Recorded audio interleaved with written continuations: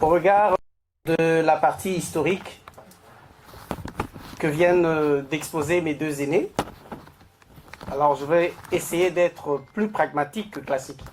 Parce que je crois que ce qui nous intéressait et ce qu'on voulait entendre, on l'a déjà entendu. Et moi, je pars directement à l'actualité que nous avons. Nous avons des étrangers chez nous et nous constatons, avec beaucoup de regrets, peut-être avec beaucoup de colère aussi, que les ressortissants rwandais, sommairement qualifiés de Tutsi et qui se font appeler Tutsi congolais, nous posent des sérieux problèmes, voire des problèmes sécuritaires. Nous partons du principe que nous venons aujourd'hui parce qu'ils ont tenu une conférence dans la même salle, bon, certains ont suivi, où non seulement ils se disent congolais, mais qu'ils réclament des terres en RDC. Bon. Ceux qui ont participé à cette conférence et leurs motivateurs ne se rendent pas compte de l'énormité de leur bavure. Donc des Congolais, nous tenons ce débat en plein 21e siècle, il existe encore des Congolais qui n'ont pas de terres. Et ils ont aussi une particularité par rapport à toute la population congolaise, exceptionnellement, ils sont nommés par rapport à leur situation géographique, les Banyamulenge, parce qu'ils habitent la montagne de Mulenge. Tout le reste des ethnies congolaises, nous sommes désignés par rapport à notre langue. Je suis Mukongo, moi, parce que nous parlons Kikongo. Et même dans la tribu Bakongo, il y a aussi des particularités de sous-groupes.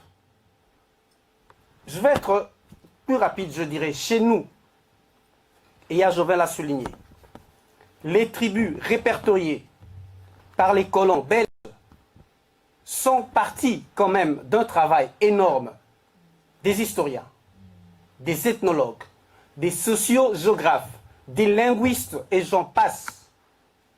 Et tous ont retenu un principe. Les ethnies en RDC répondent à un principe trilogique. Un peuple, une langue, ensuite une terre. Ils n'ont pas de terre, ils parlent Kinyarwanda, donc la langue parlée au Rwanda, parce que les Kitutsi n'existent pas, les Hutus n'existent pas.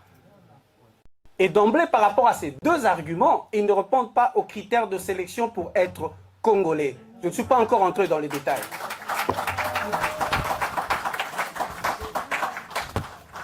De ma formation philosophique, et surtout en philosophie de communication, avec un auteur qu'on appelait Jürgen Habermas, il y a un principe qui dit, quand vous avancez une thèse, quand vous énoncez une thèse, et vous l'argumentez par des éléments qui la contredisent de l'intérieur, cela s'appelle de l'autodestruction pragmatique. Vous n'avez pas besoin d'une réponse, vous posez une thèse et vous l'éliminez vous-même. C'est ce qu'ils font. Ils sont congolais, mais ils ne parlent aucune langue du Congo, ils parlent la langue parlée au Rwanda. Et ils viennent en Belgique pour nous dire, dans cette même salle, pour dire qu'ils ont le soutien des États-Unis et de la communauté internationale pour réclamer les terres de Minembwe, de Rutshuru et d'Uvira. Est-ce que vous vous rendez compte du degré de cette bavure? Et j'aimerais bien contredire le Congolais qui les a accompagnés ici. Je cite son nom, M. Omar Basile Diatezoa. Je voudrais bien qu'il soit là et qu'il me réponde, je vais débattre avec lui par rapport aux principes retenus. Moi, je pars du temps du règne de Mobutu, parce que mes aînés sont partis de l'histoire. Je dis, je serai plus pragmatique, moins classique. Donc, ces gens qui sont congolais, depuis que le Congo existe, ou au moins dans la configuration que notre pays a eue depuis la conférence de Berlin, Mobutu prend le pouvoir, et jusqu'à 72, Papa Dieudonné vient de le dire, des gens qui sont déjà congolais demandaient la naturalisation. Donc, un Flamand qui introduit la demande de la nationalité belge. Un Wallon qui introduit la demande de la nationalité belge. Puisque je n'ai pas trouvé de terme, vous pouvez m'aider. Existe-t-il un dédoublement de nationalité? Ou pour garder l'expression difficile philosophique, Existe-t-il une nationalité exponentielle? C'est-à-dire, vous avez une autre nationalité au-delà de ce que vous avez déjà. Et j'ai entendu certains Congolais, dans le débat de basse facture que nous vivons actuellement, de ce qu'on appelle la classe politique, j'ai entendu des gens dire qu'ils sont Congolais parce que Mobutu leur a déjà accordé la nationalité. Merci beaucoup. Reprends tes études à partir de l'école maternelle. J'entre en détail dans ce qu'on appelle les ordonnances polémiques de Mobutu. En 1972, il eut l'ordonnance numéro 72-002 du 5 janvier 1972. Par cette ordonnance, et là encore, vous remarquerez qu'il y a Lubwenge qui continue, puisque vous l'avez dit. Mais cette ordonnance ne concerne pas les Tutsis seulement, ni les Hutus, ni les Banyarwanda. C'était une ordonnance qui concernait les étrangers résidant en RDC. Premier point. Deuxième point. Mobutu, dans cette ordonnance, quand il était question de l'article 15 concernant les Banyarwanda, c'est-à-dire les originaires du Rwanda, Urundi, a dit ce qui suit. Je veux bien le citer.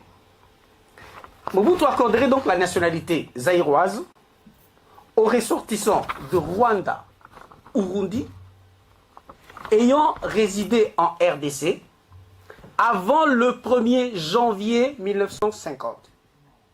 Avant le 1er janvier 1950. Et qu'en est-il de ceux qui sont venus après? Parce qu'ils étaient régis, tous d'ailleurs, et surtout en particulier ceux-là qui étaient des réfugiés de leur dernière guerre avant l'indépendance, ils étaient régis par un texte de l'ONU qui leur interdisait toute activité politique en RDC, de s'impliquer dans l'armée ou dans la police, ou de demander la nationalité congolaise. Et quand tous, j'ai dit, tous s'appuient sur cet article, sur la nationalité congolaise, mais il ne parle pas de l'article 15, il parle de l'article 15, pas l'article 17. Parce que même si Mobutu a octroyé la nationalité zaïroise à l'époque à tous les étrangers, il y a marqué des restrictions. Ils ne pouvaient pas participer à la fonction politique, à aucune autre fonction liée à un mandat électif. Ils ne pouvaient pas être nommés dans des grades équivalents à un chef ou un cadre dans une entreprise de fonction publique pendant un délai d'au moins 15 ans. Et je continue. Ils ne pouvaient pas être ni dans notre armée, ni dans notre police. Et ça, ils n'en parlent pas. Surtout que la nationalité congolaise restait une et exclusive. 9 ans après, Mobutu va se rétracter, suite à la pression du comité central, de ses propres conseillers juridiques et politiques, et surtout des notables de l'Est, parce que cela a créé un malaise dans des coins où ces Rwandais sont venus s'installer. 9 ans après, Mobutu signera une autre ordonnance qui va annuler la première. Donc jusque-là, on est en 1981, ils ne sont pas encore congolais. Surtout que Mobutu va évoluer, et j'ai dit que je serais très résumé. Non seulement il a annulé, mais Mobutu a insisté sur le fait que la nationalité zaïroise est une et exclusive. Pourquoi? Parce que eux, ils étaient déjà soumis à leur loi de 28 septembre, je crois, 1963, qui leur ouvrait la voie à obtenir une autre nationalité. En plus, Mobutu, suite à ce désagrément, a introduit le principe, il y en a 5, mais je retiens seulement 3, pour passer plus rapidement. Mobutu a introduit le principe de la petite et de la grande naturalisation. C'est hyper important. C'est-à-dire, vous introduisez individuellement le dépôt de la demande de naturalisation, vous obtenez l'avis favorable, après avoir vérifié votre attestation de bonne vie et mœurs et votre casier judiciaire, mais vous passez par une période probatoire, c'est-à-dire vous n'êtes pas encore entièrement zaïrois. Et la période probatoire pouvait aller jusqu'à 2 ans, mais pendant cette période-là, vous devez faire allégeance à la nation zaïroise. C'est-à-dire on doit voir pendant cette période que vous n'êtes pas un ennemi probable de la République. Vous ne pouvez pas vous liguer en ennemi de la République et vous respecterez toutes les lois de la République. C'était déjà assez strict pour nous, vous vous souvenez, quand un Zaïrois marchait, il y avait salut au drapeau, vous étiez obligé de vous arrêter. Quand on chantait l'hymne national, vous étiez obligé de vous arrêter. Si vous étiez un étranger, cela pouvait aller très loin jusqu'à vous refuser la nationalité zaïroise. Vous vous rendez compte, il était dictateur. Mais avec son temps, parce que cette dernière ordonnance, il l'a prononcée pendant la session d'ouverture du comité central, où il voulait mettre un terme définitif. Je dis bien définitif en 1981. Et d'ailleurs, son discours s'intitulait « Au Zaïre, qui est zaïrois, qui ne l'est pas ». Et quand il en a fini, point barre, on n'a plus parlé des Banyarwanda, je ne parle pas des Tutsis, des Banyarwanda, qui étaient congolais, et personne ne nous dit qu'il y a eu des oppositions ou des guerres. Jusqu'à la fin du règne de Mobutu. Il a chuté le 17 mai 1997. On avance encore donc jusqu'en 1997, ces Banyarwanda n'étaient pas zaïrois. Mais pourtant, ils se disent zaïrois avant la conférence de Berlin, alors que nous n'étions pas des zaïrois. Congolais avant la conférence de Berlin, nous n'étions pas encore congolais. Nous sommes devenus congolais après, l'État indépendant du Congo pour devenir Congo-Belge. Donc, ils sont des mères particulières au monde qui donnent le nom à leurs enfants alors qu'ils ne sont pas encore enceintes.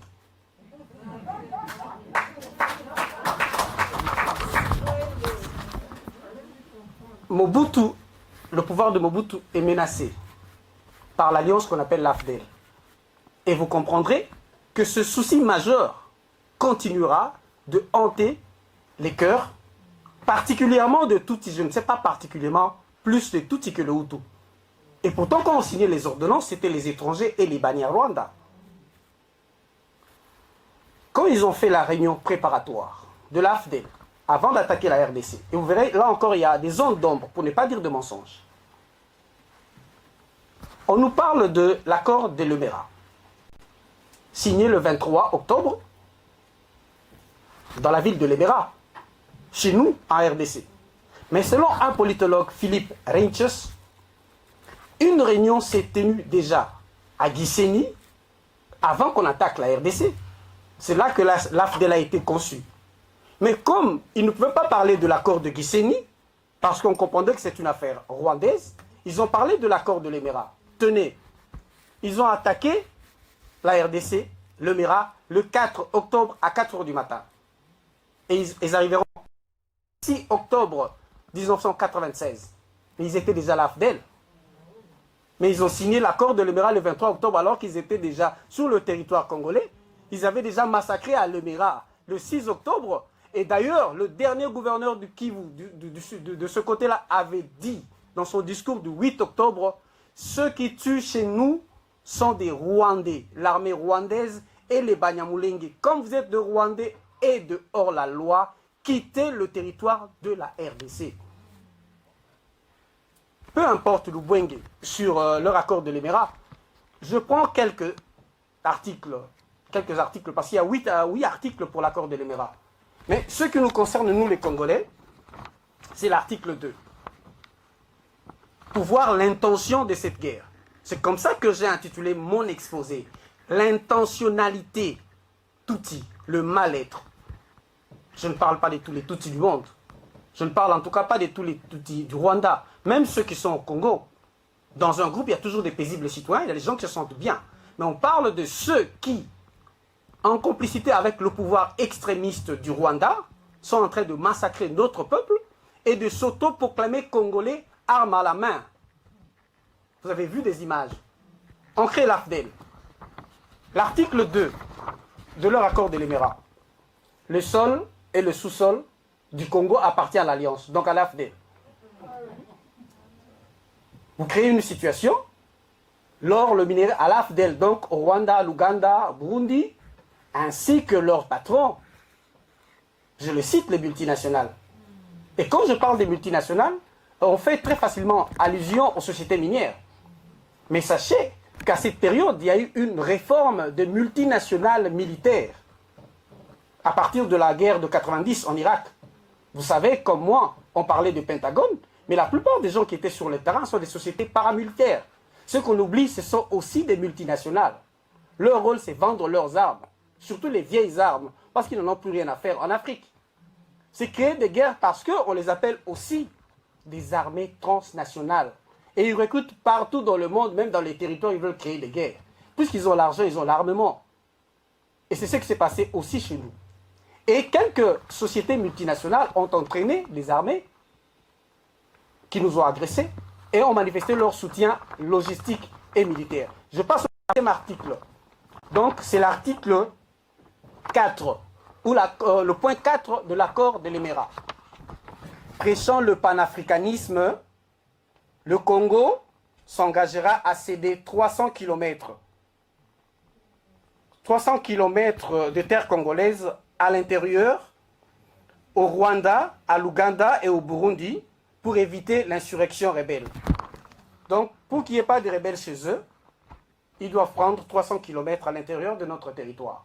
Ça, c'est l'article 4 des accords de l'Émirat. Et pour qu'il n'y ait pas de rebelles chez nous, nous, on va prendre les territoires où? Chez qui? Comme ils sont congolais, par leur fiction politique, tenez le dernier point.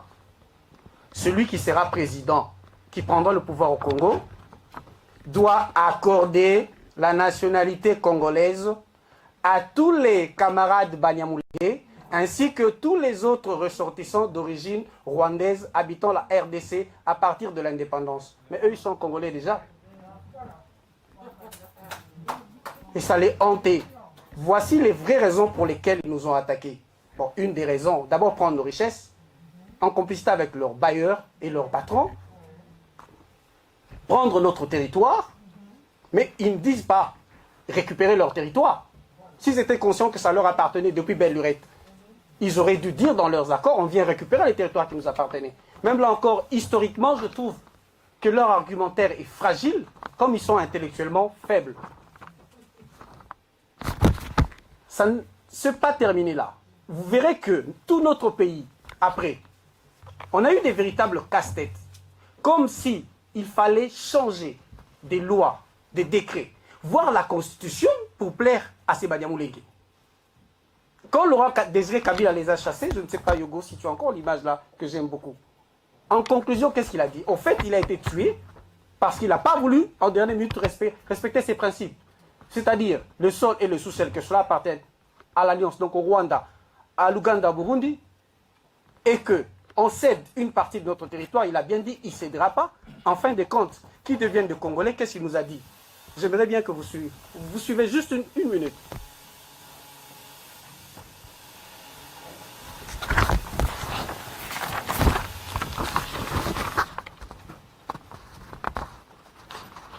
Je continue entre-temps que l'image soit prête. Quand Laurent Désiré Kabila a chassé tous les Rwandais qui étaient avec lui, même ceux qui se disaient Banyamulenge sont partis. Ils sont partis où? Il a bien dit, ils sont rentrés chez eux au Rwanda. L'expansion territoriale est une autre motivation. L'Empire Himatousi a besoin de territoires, de terres congolaises. Et vous savez que nous ne sommes pas d'accord. Je viens d'apprendre ici, que vous n'êtes pas d'accord non plus.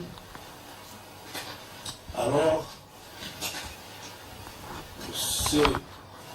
cette guerre qu'on nous impose est une guerre injuste. Nous devons la dénoncer. Merci, c'est déjà suffisant. À l'issue de ces propos, et après tout ce qu'on vient de dire, Laurent Désiré Kabila sera donc assassiné. Un premier coup réussi, prénommé son fils Joseph Kabila. Et le champ est libre pour réaliser une partie de leurs rêves. Avec tous les seigneurs de guerre qui sévissaient dans notre pays, ils vont créer ce qu'on a appelé le dialogue intercongolais, l'accord global inclusif, tout ce que vous voulez. Avec une constitution de transition. Mais, avant cela, il y aura encore un décret-loi publié en 2004. Tu es aux trois quarts de ton temps. Oui, pas de souci. Et je chute d'ailleurs, moi.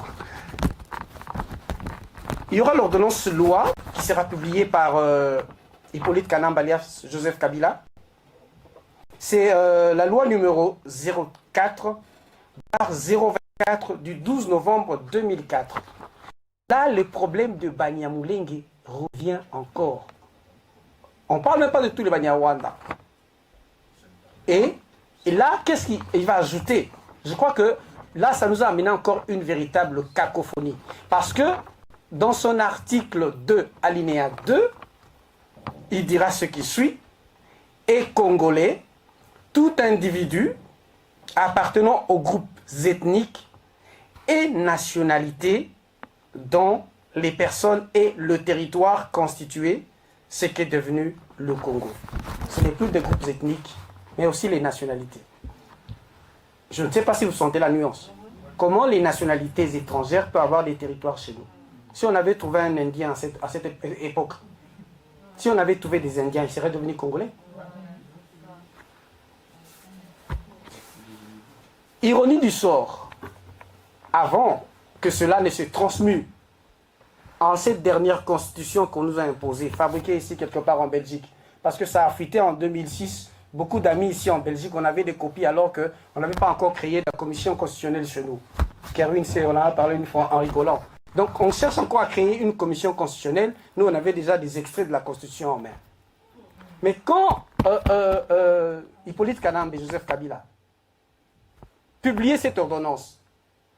Mais même là encore, au-delà du fait qu'ils n'ont pas de terres, par rapport à leur propre loi, par rapport à la constitution du Rwanda, ils ne peuvent pas devenir des Congolais.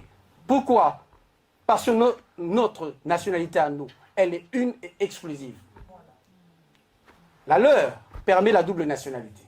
En plus, la nationalité rwandaise ne peut pas être retirée à un Rwandais. Et la nôtre n'accepte pas un dédoublement de nationalité. On ne peut pas avoir deux nationalités au Congo. Et Kagame a amendé une loi, leur constitution, une année avant les accords globaux inclusifs de Sun City. Qu'est-ce qu'il a dit? Tous les Rwandais, où qu'ils soient, qui ont perdu leur nationalité, entre le 1er novembre 1959 jusqu'au 31 décembre 1994 est réintégré automatiquement. On n'a pas besoin de ta volonté ou que tu sois aux États-Unis. Si tu as perdu la nationalité rwandaise, tu redeviens rwandais d'office. Or, être rwandais d'office permet la double nationalité et la constitution congolaise ne la permet pas. Par quel miracle vont-ils devenir congolais? C'est un argument simple. Et je veux me résumer et chuter, d'autres propositions viendront après, par rapport à certains Congolais qui aujourd'hui prétendent que la solution au problème, c'est la double nationalité. Il suffit qu'on dise qu'on accepte la double nationalité chez nous, on va les apaiser parce qu'ils deviennent Congolais. Oui, ils deviennent Congolais, ils seront Rwandais. Mais ils nous demandent la nationalité arme à la main. Ils nous demandent la nationalité pendant que vous savez qu'il existe des Ngumino, des Twagyanero, soutenus par Ruberois et Nyarugabo. Vous savez qu'il y a des phonies. Vous savez à combien de reprises... Mon frère Patrick, avec lequel on parle beaucoup, peut vous dire à combien de reprises Minembo est attaqué. Ce sont ces gens-là, les Ngumino et les Twagyanero, qui ont massacré nos frères congolais à Kipupu. D'une année. C'est de cette manière qu'on demande la nationalité. En dernier ressort, et je chute pour conclure, si un jour les Congolais pouvaient accepter la double nationalité, pour nous, pour notre équipe, pour notre association, Agir pour la libération de la RDC, pour Patrick Yogo et moi et les autres Luc, il ne peut y avoir de double nationalité que pour des Congolais, des vrais, des souches. On peut avoir une deuxième nationalité, mais tout étranger qui voudra devenir Congolais perdra sa nationalité d'origine à la suite de cette expérience malheureuse. J'ai dit et je vous remercie.